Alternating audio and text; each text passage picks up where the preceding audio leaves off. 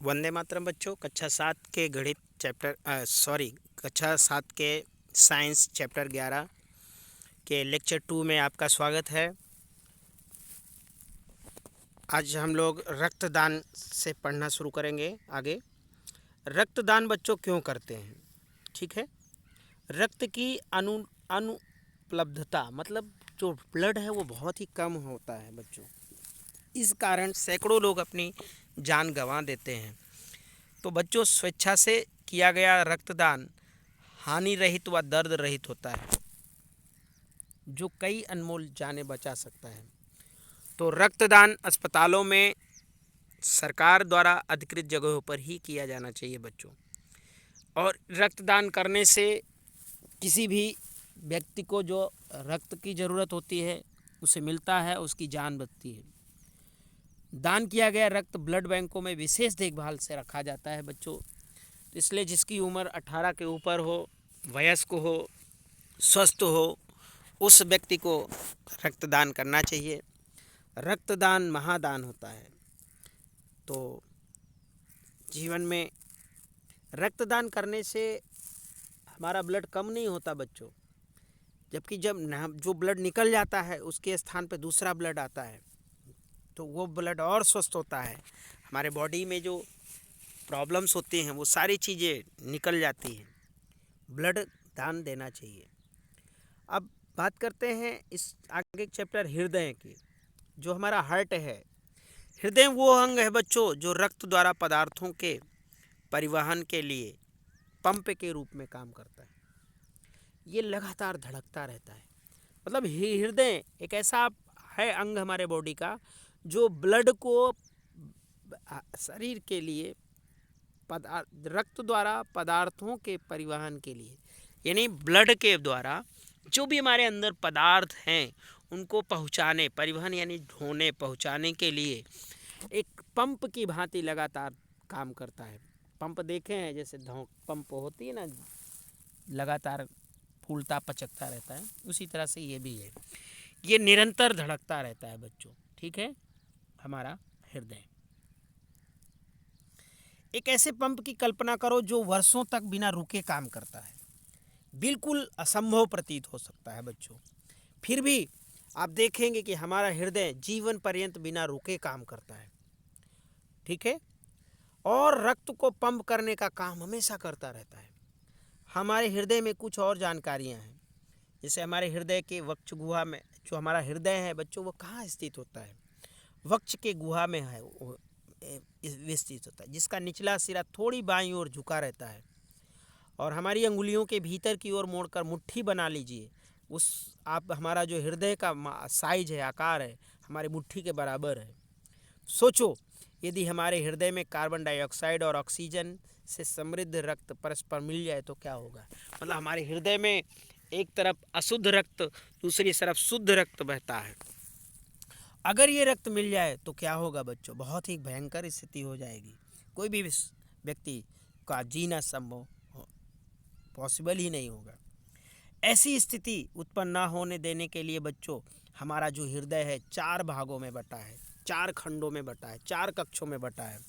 ऊपर के 2 कक्ष को आलिंद कहते हैं, निचले के 2 कक्ष जो है बच्चों निलय कहलाते हैं। ये जो कक्ष हैं बच्चों, इनके बीच के विभाजन दीवार जो है वो ऑक्सीजन समृद्ध रक्त, मतलब जिसमें ऑक्सीजन वाला रक्त आता है, एक में कार्बन डाइऑक्साइड से समृद्ध रक्त को परस्पर मिलने से रोकने की क्रिया होती है इसमें।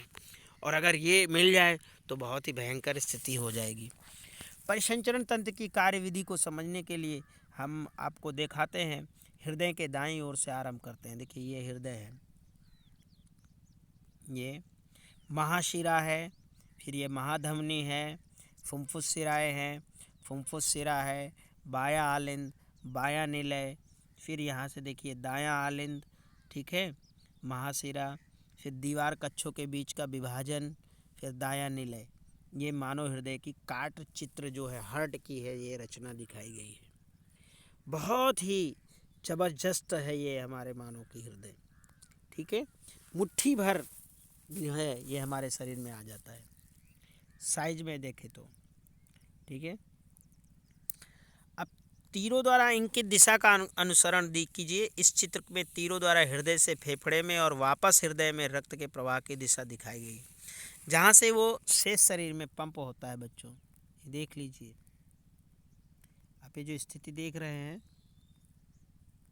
ठीक है।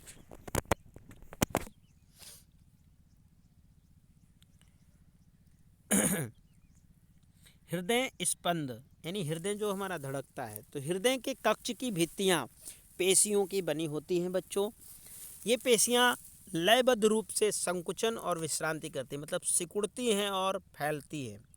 हमेशा इनका एक लय बना होता है, एक निश्चित रूप से ये लयबद्ध रूप से संकुचित और विश्रांत करती हैं। बच्चों ये लयबद्ध संकुचन और इसके बाद होने वाली लयबद्ध विश्रांति दोनों मिलकर हृदय स्पंद अर्थात हार्ट बीट बढ़ाते हैं, या इसे ही हार्ट बीट कहते हैं। याद रखिए, हृदय का स्पंदन जीवन के हर क्षण होता है। बच्चों हमेशा हमेशा ये जो है हार्ट बीट होता रहता है, धड़कता ही रहता है हमारा हार्ट। यदि आप अपने वक्ष के बाईं की तरफ हाथ रखिए तो आप अपने हृदय स्पंदनों को अर्थात धड़कनों को देख सकते हैं, महसूस कर सकते हैं। आपने देखा होगा जो डॉक्टर है, चिकित्सक है, आपके हृदय स्पंद को मापने के लिए स्टेथोस्कोप नामक यंत्र का उपयोग करता है। ये देखिए स्टेथोस्कोप, ये चित्र में है, ट्यूब है, चेस्ट पीस है, श्रोतिका है, ये स्टेथोस्कोप, ठीक है। जो डॉक्टर है, चिकित्सक है, वो स्टेथोस्कोप का उपयोग हृदय स्पंद की ध्वनि को आवर्धित करने की युक्ति के रूप में उपयोग करता है। स्टेथोस्कोप एक दूसरे पर एक चेस्ट पीस लगा होता है जिसमें एक संवेदनशील डायफ्राम होता है। दूसरे सिरे पर 2 ईयर पीस होते हैं जिसे श्रोतिका जो कानों में लगाए जाते हैं वो देखते हैं, जो एक नली द्वारा चेस्ट पीस से जुड़े रहते हैं। जो आप डॉक्टर को देखते हैं वो स्टेथोस्कोप को चेस्ट यानी हमारी जो छाती है उस पर रखता है और हमारे हृदय के स्थान पर रखकर अपने कानों से अर्थात श्रोतिकाओं से स्पंदनों को यानी धड़कनों को ध्वनि का अध्ययन करता है अर्थात सुनता है, जिससे उन्हें आपके हृदय की स्थिति का आकलन करने में बहुत हेल्प होती है। मतलब वो हमारे हृदय की कंडीशन को पता कर पाता है।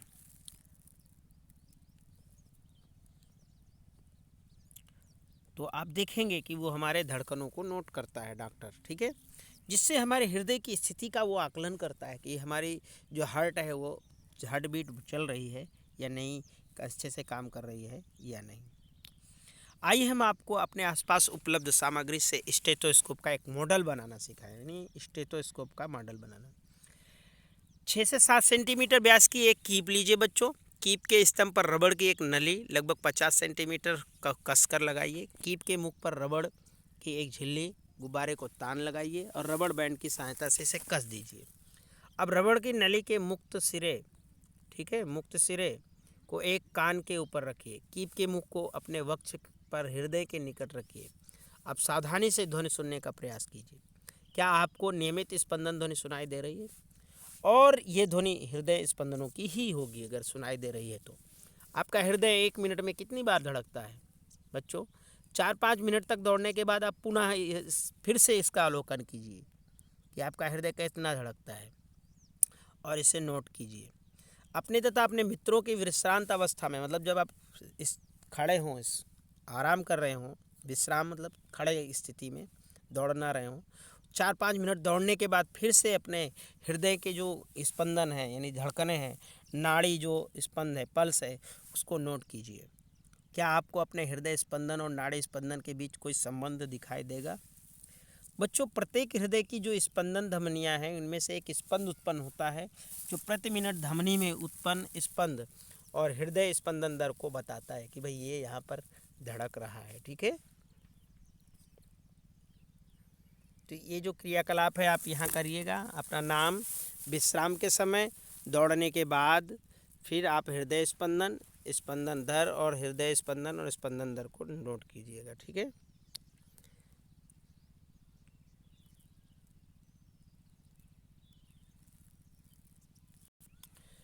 हृदय के विभिन्न कक्षों की लयबद्ध गति रक्त परिसंचरण और पदार्थों के परिवहन को बनाए रखने में बच्चों बहुत ही हेल्प करती है। रक्त परिसंचरण की खोज विलियम हार्वे ने 1578 से 1657 के बीच किया था। ये एक चिकित्सक थे जो अंग्रेज थे।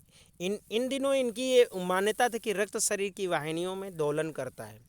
और इसी विचार से हार्वे का उपहास किया गया। उन्होंने परिसंचारी यानी सर्कुलेटर कहा जाता है, इसके अधिकांश रोगियों ने इनसे उपचार कराना बंद कर दिया। फिर हार्वे की जब मृत्यु हुई उससे पहले परिसंचरण के बारे में उनके विचार को जीव विज्ञानी तथ्य के रूप में मान्यता मिल गई। अंततः इनके विचारों को माना गया और इनको किया गया। बूझो जानना चाहता है कि क्या स्पंज और हाइड्रा में भी रक्त होता है।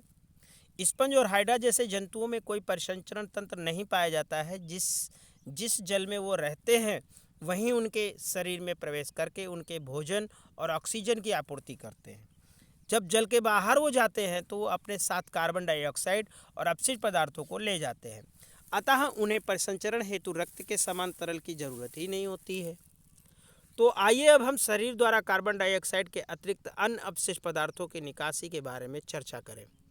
तो बच्चों, हम अपशिष्ट पदार्थों के निष्कर्षण की क्रिया अर्थात उत्सर्जन की क्रिया के बारे में नेक्स्ट वीडियो में चर्चा करेंगे। जय हिंद, वंदे मातरम।